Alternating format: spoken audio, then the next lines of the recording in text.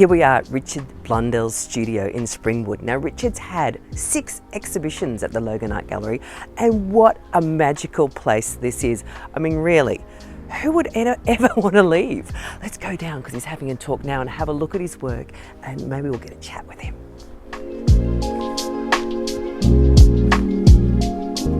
Richard, what an amazing place you have, but also incredible studio.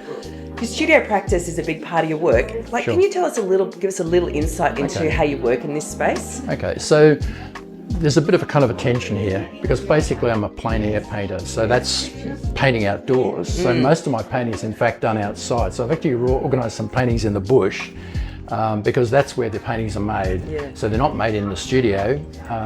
However, there are lots of studio work, so printmaking and other things. So a place to retreat to is really good. Yes. But basically I can paint with a backpack, a chair, an easel and a canvas outdoors. So it's kind of the studio is kind of a different set of practices.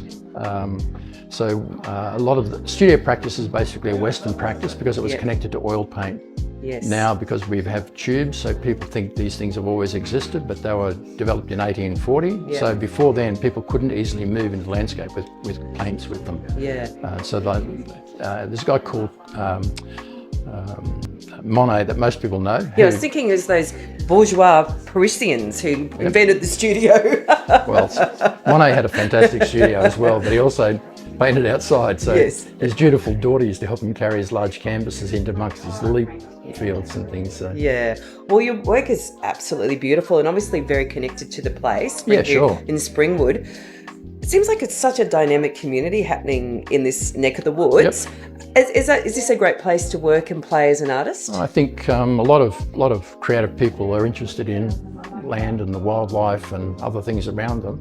So I've got Chris Santos just up the road, Rachel Lee, Layla Bjornsson, so they all have studios within.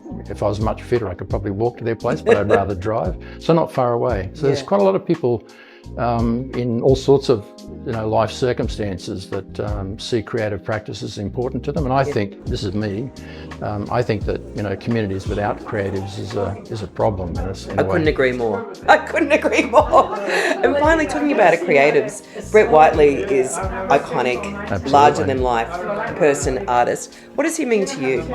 So Whiteley's kind of an interesting thing because I was around when he was kind of on the rise. Yeah. I think there's kind of two sort of oppositional pushes. So a lot of people didn't understand his work particularly well. Yeah.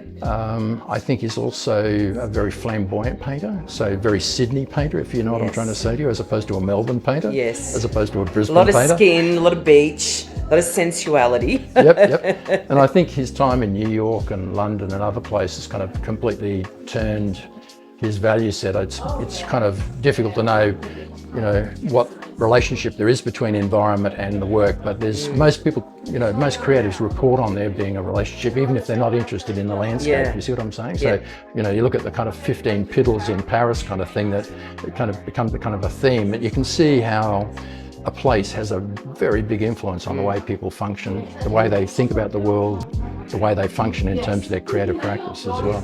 Absolutely. Well, thanks so much for your tour. It's been so amazing being here. Easy. And what a great day. Thank you. Thank you. Okay.